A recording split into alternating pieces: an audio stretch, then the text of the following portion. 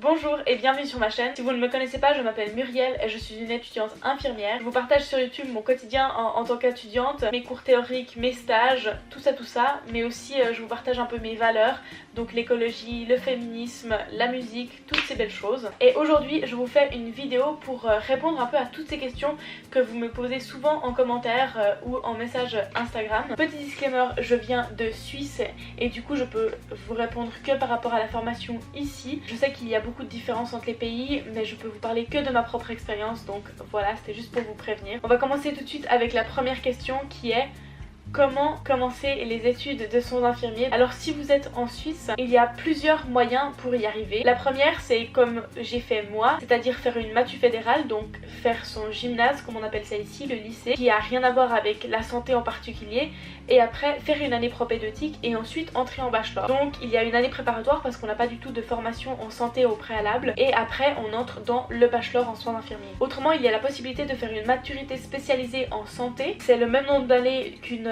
maturité ou un baccalauréat normal, mais vous avez une filière santé qui vous donne accès directement au bachelor en soins infirmiers, mais par contre c'est une maturité qui est un peu différente et du coup qui ne vous donne pas accès aux universités par exemple. Donc il faut que vous soyez vraiment sûr de votre choix pour choisir cette filière. Autrement, vous pouvez faire un CFC, donc un certificat fédéral de capacité en spécialisation santé, donc par exemple ASCC, assistant ou assistante en soins et services communautaires, qui vous donne directement accès au bachelor une fois que vous avez fait vos 4 ans d'apprentissage. Donc voilà un petit peu toutes les manières en Suisse, je crois, si je me trompe pas, pour entrer dans les études de soins infirmiers. Vous pouvez aussi avoir une équivalence, c'est-à-dire entrer sur dossier, mais pour cela il faut pouvoir prouver une équivalence, donc c'est-à-dire, je sais pas, avoir un master en biologie ou alors avoir fait toutes les premières années de médecine. Je sais pas exactement comment la prise de dossier se fait, mais vous pouvez aussi envoyer un dossier, une candidature pour entrer directement en soins infirmiers sans avoir besoin de faire l'année préparatoire. Comme vous le savez sûrement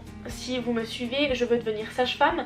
Alors il y a beaucoup de monde qui me demande pourquoi est-ce que j'ai pas fait directement sage-femme. C'est une formation en Suisse qui est régulée, c'est-à-dire qu'il y a très peu de places par année, une trentaine de places pour 200 candidats à peu près. Du coup il y a des examens devant ordinateur pendant 4 heures, ça s'appelle les régulations. Du coup j'ai dû passer ces examens et je suis arrivée 60e sur 200, mais il prenait que 30 personnes, donc je n'ai pas pu faire la formation initiale, et du coup là je vais faire un bachelor en soins infirmiers et après me spécialiser en tant que sage-femme si je peux, parce qu'il y a les mêmes régulations pour la formation seconde, donc après un bachelor, c'est les mêmes examens, on passe par le même processus, mais il y a à peu près une centaine de personnes de moins, donc j'espère avoir mes chances pour faire cette formation. Dans cette même optique, beaucoup de personnes me demandent si cette formation justement seconde, après être diplômée en tant qu'infirmier ou infirmière, si elle est disponible pour les étudiants et étudiantes étrangers ou étrangères. Et oui, elle est tout à fait disponible parce que j'ai rencontré plusieurs françaises qui ont fait la formation seconde, donc elle est disponible, mais vous passez par les mêmes examens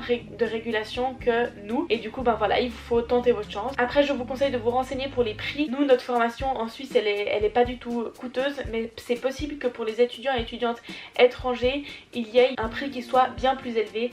Donc avant de vous donner beaucoup d'espoir, vérifiez combien ça coûte par semestre et par année. Je reçois aussi beaucoup de questions par rapport à ma formation, donc je voulais vous la décrire en quelques mots pour que vous vous rendiez compte un petit peu dans quoi vous vous lancez si c'est quelque chose qui vous intéresse. Donc moi j'ai fait d'abord une année préparatoire parce que j'avais pas fait une maturité ou un baccalauréat spécialisé en santé. Donc cette année préparatoire elle consistait à 8 semaines de stage dans le monde de la santé, à 6 semaines de stage dans le monde du travail. Moi j'ai pu le faire valider parce que je travaille en tant qu'accompagnatrice de camp de catéchisme et j'organise des activités pour les jeunes et tout ça. Donc si vous avez eu une activité professionnelle par le passé, vous pouvez faire valider ce stage comme ça. Et autrement on a des cours normaux, donc on a de l'anatomie, on a les activités de la vie quotidienne, donc on apprend la manutention, on apprend à refaire un pansement, etc.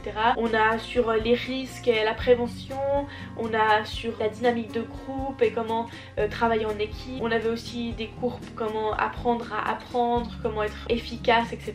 Donc très théorique un peu. Et on avait un projet personnel aussi. C'était une année assez générale dans la santé mais qui était tout à fait intéressante, surtout que moi j'ai eu un très bon stage. Alors comment se passe le bachelor? En première et en deuxième année on a 2 fois 6 semaines de stage. Là j'ai fait mon premier stage qu'on appelle BS1 aux urgences pédiatriques, vous pouvez aller voir ma vidéo sur le sujet. Et là je vais commencer la semaine prochaine mon stage en neurochirurgie. Donc pendant nos 3 ans on doit passer par toutes les spécialités, c'est-à-dire la gériatrie, la psychiatrie, enfants et famille, donc tout ce qui est pédiatrie, la santé communautaire, la chirurgie et la médecine interne. Donc pour l'instant moi j'ai validé enfants et famille et là je vais valider. C'était pas vraiment un choix, le premier stage on ne pouvait pas du tout choisir et là pour le deuxième stage on a pu mettre nos préférences, mais autant vous dire que j'avais mis gériatrie, psychiatrie et chirurgie et je suis tombée en chirurgie.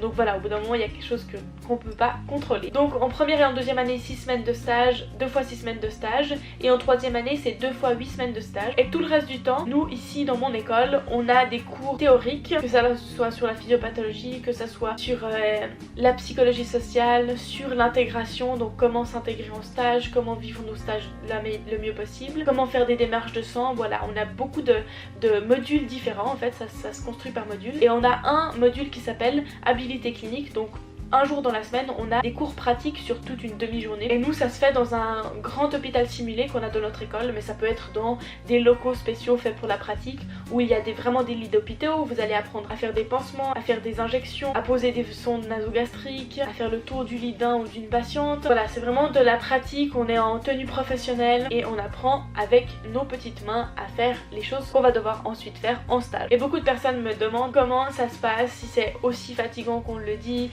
est-ce que c'est extrêmement dur et tout ça. Alors moi je dois vous avouer en toute honnêteté, je ne trouve pas que c'est extrêmement dur. Il y a des cours qui sont plus difficiles que d'autres, il vous faut trouver vos priorités, qu'est-ce que vous voulez plus travailler. Donc moi j'ai beaucoup travaillé pour les examens, mais en dehors des examens on a quelques travaux à faire par semaine et autrement il n'y a pas énormément de travail en dehors des cours. Moi ça me permet de travailler, de faire des activités extrascolaires, je fais du chant, du violoncelle, du babysitting. Ça demande beaucoup, surtout pendant les périodes de stage, mais il n'y a pas une quantité de travail insurmontable et vous avez tout à fait la possibilité d'avoir une vie à côté, d'avoir un petit travail, etc. Ensuite, plus particulièrement sur les stages, moi j'ai vraiment eu énormément de chance pour mes stages. Je suis toujours tombée dans un stage très intéressant avec une équipe qui marchait bien, avec une praticienne formatrice super sympa qui m'a beaucoup soutenue. Je sais que pour certaines personnes ça a été bien plus compliqué, donc ça peut être une épreuve et ça l'est de toute façon d'une certaine manière parce que c'est très demandant. On a des horaires de 8 heures par jour, 5 jours sur 7, donc c'est très fatigant. Souvent vous devez vous lever très tôt parce que dans les services ça commence très tôt, en général vers 7h, mais si vous êtes intéressé, si vous êtes passionné, si vous voulez apprendre, c'est extrêmement gratifiant, ça vous fait apprendre des centaines de choses par jour et je n'abuse pas vraiment. Au début du stage on est toujours un peu perdu, on a l'impression de servir à rien parce qu'on ne sait pas du tout où sont les choses, etc. Donc ça c'est normal, mais c'est aussi très beau de voir la progression qu'on a entre le premier jour de stage et le dernier jour de stage. En général moi ça s'est très bien passé, j'ai été motivée, les gens étaient à mon écoute. Il y a toujours une ou deux infirmiers ou infirmières qui n'aiment pas avoir des étudiants ou des étudiantes avec eux. Ça arrive, il faut juste se dire bon c'est un jour comme ça, on fait avec, on dit oui, on la laisse tranquille ou on le laisse tranquille, mais dans la plupart des cas elles sont super sympas et du coup ça se passe très bien. Donc oui c'est très demandant, c'est une période où on a un petit peu moins le temps de faire d'autres choses, mais c'est aussi à chaque fois une expérience assez incroyable, surtout qu'on passe par toutes les spécialités, donc à chaque fois on est dans quelque chose de nouveau. On me demande aussi beaucoup sur la rémunération, est-ce que je suis payée pour mes stages, et la réponse est oui, on est payé pour nos stages mais durant toute l'année, donc c'est une somme moyenne qu'on reçoit pendant toute l'année. Alors c'est pas du tout une somme qui vous permet de vivre seul, payer vos factures, etc. Pas du tout, mais ça permet une petite compensation. Voilà. Je vous ai posé un petit peu... Oh, j'ai les fourmis. Pour continuer sur les stages, beaucoup de personnes me demandent si on est bien encadré, si il y a une bonne ambiance et si on est plus ou moins autonome. Alors en fait j'ai envie de dire ça dépend beaucoup de vous, surtout pour l'autonomie. Ça dépend si vous êtes à l'aise, ça dépend si votre PF ou si votre référent du jour vous fait confiance, si vous êtes prêt, si vous montrez de l'initiative, si vous montrez de l'intérêt. Il faut savoir poser ses limites, savoir dire alors écoutez ça je veux bien que vous me remontiez, je ferai toute seule la prochaine fois, ou alors oui ça je me sens de le faire, merci beaucoup de m'avoir proposé, etc. Moi en l'occurrence l'occurrence au début j'ai toujours besoin qu'on me montre une première fois. À la fin de mes stages souvent j'ai eu beaucoup d'autonomie. Il faut toujours se référer à la personne du jour, il faut jamais faire des actions voilà de nulle part toute seule. Je pense que ça vous attire que des ennuis, mais une fois que vous avez prévenu votre référent ou votre référente, vous pouvez tout à fait aller faire des choses toute seule ou alors sous supervision quand c'est des choses plus techniques. Tant que vous avez une bonne communication avec votre infirmier ou votre infirmière de référence, en général il vous laisse le plus d'autonomie possible. En ce qui concerne l'encadrement, vous avez donc un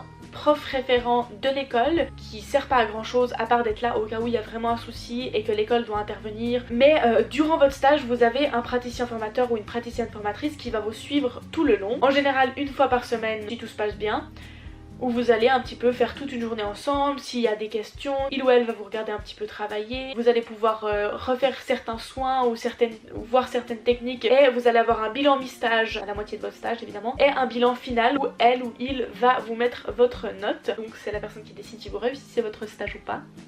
Moi encore une fois j'ai que eu de la chance avec des PF qui étaient super sympas, mais vraiment genre des petits anges. Mais encore une fois, si vous avez un problème avec votre PF, il faut pas hésiter à vous en parler à votre prof référent de l'école. L'école est là pour nous protéger, donc l'encadrement dans ce que j'ai vécu moi c'est très bien passé. Après je sais que des fois quand vous êtes dans des MS un peu reculés, qui sont pas du tout habitués à avoir d'étudiants etc, ça peut se passer de manière plus difficile, mais c'est pour ça que vous avez des profs référents et des profs référentes. Et l'ambiance dans les services, alors ça je dois vous avouer que ça dépend vraiment. Et là en l'occurrence moi j'ai pas vécu toujours des choses faciles. Dans mon premier stage ils étaient un peu en transition, où ils étaient en manque de personnel, il y avait beaucoup de gens qui étaient en arrêt maladie, ça se passait pas super bien, il y avait un nouvel ICUS, donc ils étaient un peu en transition et tout le monde s'entendait pas très bien et tout le monde était un peu épuisé, ce qui est souvent le cas dans les soins. C'était pas très agréable, mais j'ai toujours eu des infirmiers ou infirmières référentes qui étaient très sympas. Il y a 2-3 personnes avec qui je m'entendais moins bien, et particulièrement une, mais bon c'est des choses qui arrivent.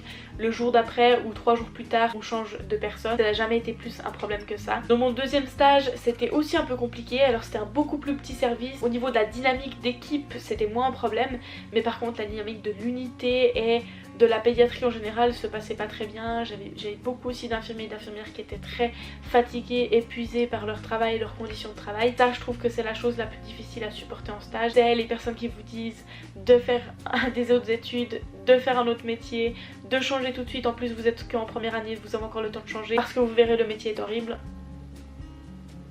Ouais, il faut les supporter, il faut savoir pourquoi on est là, on sait que ça va être dur même si je pense qu'on se rend pas du tout compte à quel point ça va être difficile. C'est des choses, c'est une réalité. Je pense qu'il faut vraiment avoir des objectifs, savoir pourquoi est-ce qu'on fait ça et se rendre compte que ça va pas être facile, mais qu'il y a aussi énormément de personnes qui sont tout à fait motivées par leur travail parce qu'ils savent que c'est leur passion, qu'ils savent qu'ils doivent être là et ils savent les raisons pour lesquelles ils sont là. Ça peut aussi très bien se passer, mais en stage pour moi ça a été la chose la plus difficile, c'était les personnes qui me disaient constamment que je devrais changer d'études. Mais autrement on trouve aussi des personnes incroyables, ils sont super sympas, ils vous montrent plein de choses, ils vous quiz sur plein de questions, ils vous expliquent plein de trucs d'anatomie si vous n'avez pas compris. Bref, ça peut être aussi trop bien. Voilà, c'est un peu toutes les questions générales auxquelles je voulais répondre. Je me suis vraiment progressivement approchée de la caméra. J'espère que ça a répondu à quelques-unes de vos questions. Merci beaucoup d'avoir regardé cette vidéo. Je vous invite à aimer cette vidéo, à laisser un commentaire et à vous abonner si vous avez envie de suivre un petit peu plus cette petite tête. Vous pouvez aussi me suivre sur Instagram sur le nom de Muriel Dite Mumu, ça me ferait très plaisir de vous voir là. Merci beaucoup et je me réjouis de vous retrouver dans une nouvelle vidéo. J'espère que vous passez une bonne journée, je vous embrasse, à bientôt.